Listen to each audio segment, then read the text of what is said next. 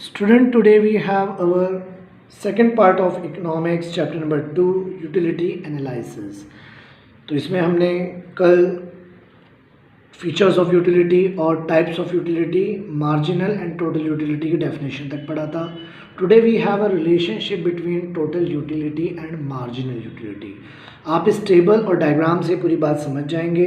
Page number 20 पे text book में इस टेबल और इस ग्राफ के अलावा कुछ भी नहीं है. फिर भी मैं आपको एक्सप्लेन कर देता हूँ कुछ पॉइंट्स, और फिर हमें सीधा लॉ पढ़ना है DMU जिसके सारे पार्ट इंपॉर्टेंट हैं. ओके, चलिए let's start. Marginal utility derive from the various unit of the commodity. जो मार्जिनल यूटिलिटी है ये डिराइव होती है बहुत सारी यूनिट्स ऑफ कमोडिटी से, and its total utility are inter related. जैसे कि यूनिट ऑफ कंज्यूम यहाँ पर है x, 1 2 3 4 5 6 7 यूनिट्स हैं, तो टोटल यूटिलिटी 10 है. ठीक है, देन 18, देन 24, 28, मतलब इट्स इंक्रीजिंग, ये बढ़ रही है. नाउ एक पॉइंट ऐसा आता है कि जब यूनिट्स आपके डिफर कर रही है but total utility remain same और बाद में डिक्रीज भी है. बट मार्जिनल में आप क्या देख रहे हैं, मार्जिनल में ऐसी कंडीशन नहीं है. मार्जिनल में डिक्रीज है, डिक्रीज है, डिक्रीज है, जीरो है, देन माइनस है. कल भी आया था ना, positive, negative and zero. So this is a difference. Okay, total और मार्जिनल यूटिलिटी में. इसी बात को जब हम ग्राफ से समझते हैं तो this is my X axis, unit of commodity X, and total utility and marginal utility on Y axis. Okay, first हम क्या करते हैं, इसी टेबल को हम इस पर ड्रॉ करेंगे. यूनिट 1, यूनिट 2, यूनिट 3, यूनिट 4, 5, 6, 7 है.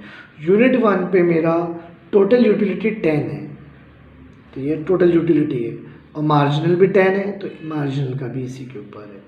सेकंड में मेरा 18 है टोटल यूटिलिटी. ये ग्राफ किसका है, TU, टोटल यूटिलिटी. बट ये मार्जिनल कितना है सेकंड पर, 8.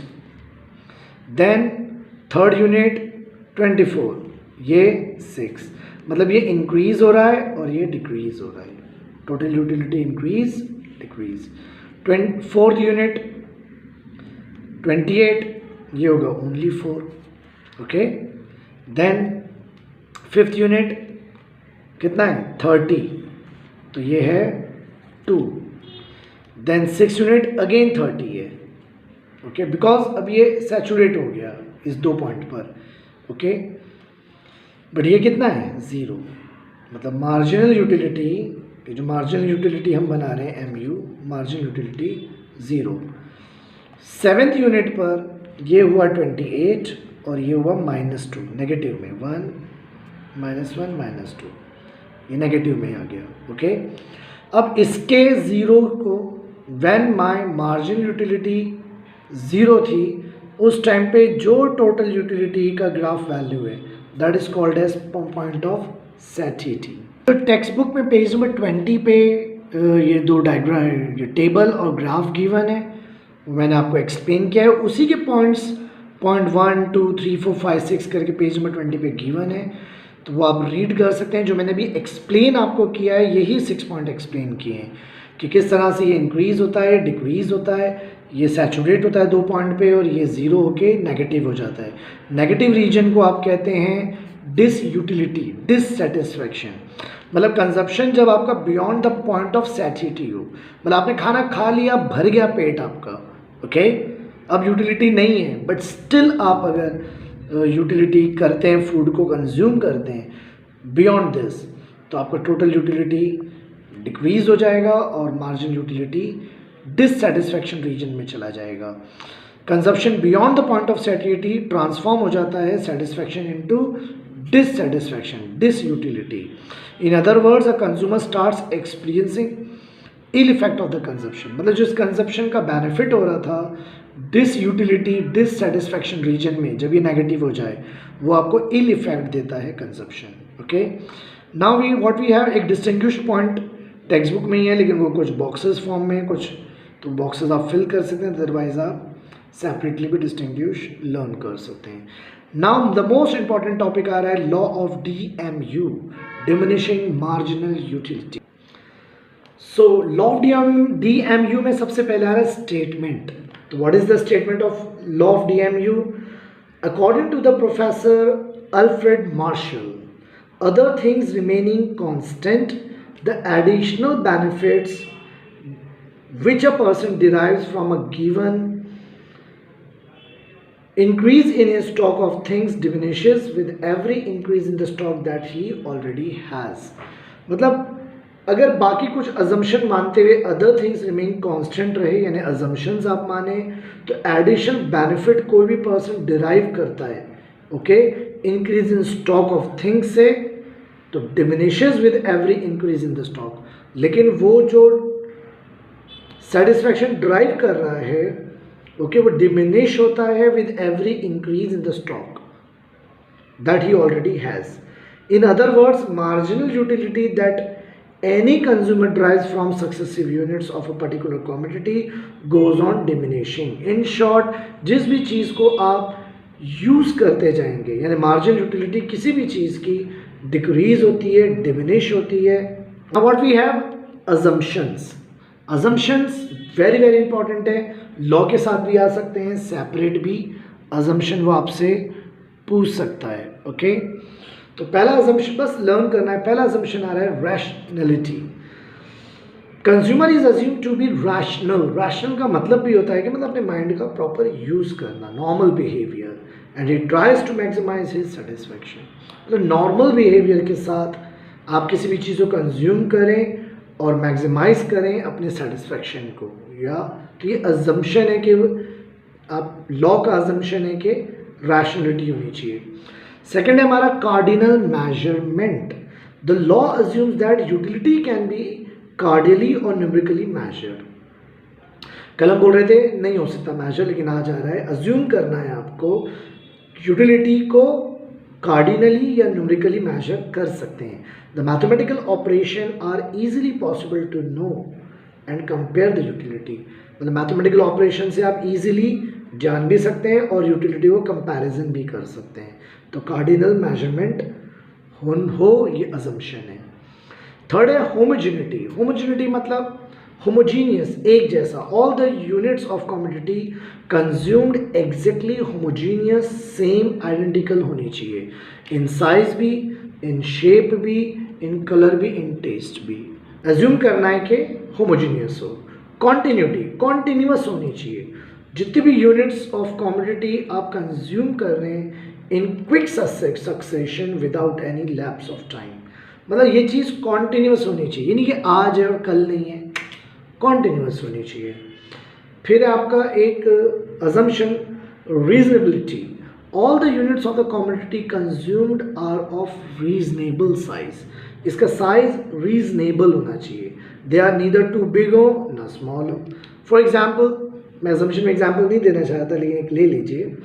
फॉर एग्जाम्पल ये रीजनेबिलिटी तो है कि अगर मैं आपसे कहूँ कि I am thirsty, give me a glass, मैं ये नहीं कहूँ, मैं कहूँ मुझे प्यास लगी, आप मुझे पानी दीजिए, तो ना आप पूरा मटका ला के मुझे दे देंगे और ना ही आप मुझे एक स्पून चम्मच में ला के पानी देंगे. तो ये रीजनेबिलिटी है कि अगर मैं आपसे पानी मांग रहा हूँ, यानी मेरा कंजप्शन, मुझे कंज्यूम करना है वाटर, मुझे रिक्वायर्ड है, तो उसका रीजनेबल साइज़ होता है, ना वो बहुत ज़्यादा बड़ा होता है ना ही बहुत ज़्यादा स्मॉल. ओके, ये एग्जाम्पल रैशनलिटी में भी आ जाएगा. कॉन्स्टेंसी, ठीक है ना. कॉन्स्टेंसी क्या होता है कि जो भी रिलेटेड फैक्टर्स हैं, income, taste, habit, choices, like, dislike of a consumer should remain constant. Like dislike constant होना चाहिए. अचानक आपका लाइक डिसलाइक चेंज हो जाएगा, वेरी करेगा, तो फिर वो लॉ अप्लाई नहीं होगा. तो ये अजम्पशन है कि आपके like, dislike, habit, taste constant रहना चाहिए. Marginal utility of money is also assumed to be constant, और मार्जिनल यूटिलिटी ऑफ मनी भी कांस्टेंट होना चाहिए. नेक्स्ट हमारा सेवेंथ अजम्पशन आ रहा है डिविजिबिलिटी. ये law assume that the commodity consumed by the consumer is divisible. इसको आप डिवाइड कर सकते हैं so that it can be acquired in small quantity, ताकि आप इसको small quantity में भी यूज़ कर सकें, acquire कर सकें. और लास्ट हमारा assumption है single want. The given commodity can satisfy a single want of a person. Next अब फिर एक टेबल आ रही है लॉ के अंदर. तो मैंने टेबल जो आपको अभी पीछे बताई है, सेम वही टेबल है लेकिन MU की यूज़ करनी है, ठीक है ना, MU की, मतलब मार्जिनल यूटिलिटी यूनिट्स और मार्जिन टोटल यूटिलिटी की टेबल यूज़ नहीं होगी लॉ ऑफ DMU में, इसलिए ग्राफ भी ये वाला यूज़ नहीं होगा, सिर्फ ये वाला यूज़ होगा। तो पेज नंबर 22 पे ईजिली वहाँ पर टेबल और ग्राफ गिवन है, इसलिए मैं सेकंड टाइम दोबारा वो ड्रॉ नहीं कर रहा हूँ। ओके, तो लॉ ऑफ DMU में आपको स्टेटमेंट लिखनी है, 8 अजम्पशंस लर्न करने, 5 अजम्पशंस भी कर सकते हैं, देन ये टेबल बनानी है और ग्राफ। अब थोड़ा सा एक्सप्लेनेशन है टेबल और ग्राफ का, वो भी मैंने अब आपको समझा दिया है। तो जो टेबल और ग्राफ का एक्सप्लेनेशन पीछे आया है वो सेम यहाँ पर आएगा। ओके, ज़रा भी इसमें चेंज नहीं है। अब इसके अंदर सेकंड टॉपिक आ रहा है एक्सेप्शंस, मतलब अजम्पशन के बाद आ रहा है एक्सेप्शंस, ठीक है ना। मतलब कौन सी बातें जो जिस पे लॉ ऑफ DMU अप्लाई नहीं होगा वो एक्सेप्शनल है, एक्सेप्टेड है। ओके, तो उससे पहला आ रहा है hobbies. In certain hobbies like collection of various stamp, कोई कलेक्ट करता है, कोई कॉइन को कलेक्ट करता है, कोई पेंटिंग, कोई म्यूजिक, कोई reading, the law does not hold true. ऐसी चीज़ों के लिए, हॉबीज के लिए लॉ ट्रू नहीं है। ओके, बिकॉज क्यों नहीं है? जो हॉबी आपकी होती है, जितना आप एडिशनल इंक्रीज करते जाते हैं अपनी हॉबी को या उसके स्टॉक को, उतना ही आपका प्लेजर बढ़ता जाता है। इंक्रीजेज द मार्जिनल यूटिलिटी, और ये लॉ क्या कहता है? Decreases the marginal utility. तो ये एक्सेप्शन है, हॉबीज एक्सेप्शन है, क्योंकि नॉर्मली आपका हॉबीज के लिए ग्राफ ऊपर की तरफ जाएगा, because MU marginal utility increase हो जाता है। Okay, but normally marginal utility आप क्या पढ़ते हैं? डिक्रीज होता है, तो ये लॉ अप्लाई नहीं होगा। दैट्स वाई हॉबीज एक्सेप्शनल है। नंबर 2 आ रहा है माइजर। ओके, अगर कोई माइजर है, पुअर है या कंजूस है, every additional rupee gives him more and more satisfaction. जो माइजर होता है उसको एक एक रुपये जैसे जैसे उसका बढ़ता जाता है, उसके पास पैसा आता जाता है, तो उसकी marginal utility of money increase होती है। जबकि ये क्या कह रहा है, एक्चुअल लॉ क्या कह रहा है? Marginal utility decreases. लेकिन माइजर के लिए जो मार्जिनल यूटिलिटी ऑफ मनी है वो इंक्रीज होती है। This situation ignores the assumption of rationality. इससे जो आपका अजम्पशन आपने भी पढ़ा रैशनलिटी, ये उसके अगेंस्ट हो जाएगा। दैट्स वाई ये एक्सेप्शन है। थर्ड एक्सेप्शन है एडिक्शन। एडिक्शन यानी किसी चीज़ की कोई आदत होना, कोई आप हैबिचुअल हैं, कोई आपको एडिक्ट है किसी चीज़ के लिए, जैसे कि शराब जो पीता है कोई शराबी, तो उसको वो एडिक्शन है, उसको आप देते जाओ तो वो और पीता जाएगा, चाहे वो नशे में आ जाए, बट उसके लिए मार्जिनल यूटिलिटी डिक्रीज नहीं होगी। ठीक है, एक जिस चीज़ की एडिक्शन है, किसी भी चीज़ का एडिक्शन अगर आपको है, यानी कोई लत लगी हुई है, कोई आदत पड़ी हुई है, आपकी हैबिट हो गई है, तो एडिक्शन में भी मार्जिनल यूटिलिटी इंक्रीज होता है, जबकि एक्चुअल लॉ ऑफ DMU कहता है कि डिक्रीज होता है। तो दैट्स वाई ये भी एक्सेप्शन है। फोर्थ है आपका power. This is an exception to the law because when a person acquire power, जब किसी के पास पावर आती है तो लस्ट ऑफ पावर भी साथ में आता है, और वो लस्ट और इंक्रीज होता रहता है, पावर और इंक्रीज हो जाए और इंक्रीज हो जाए।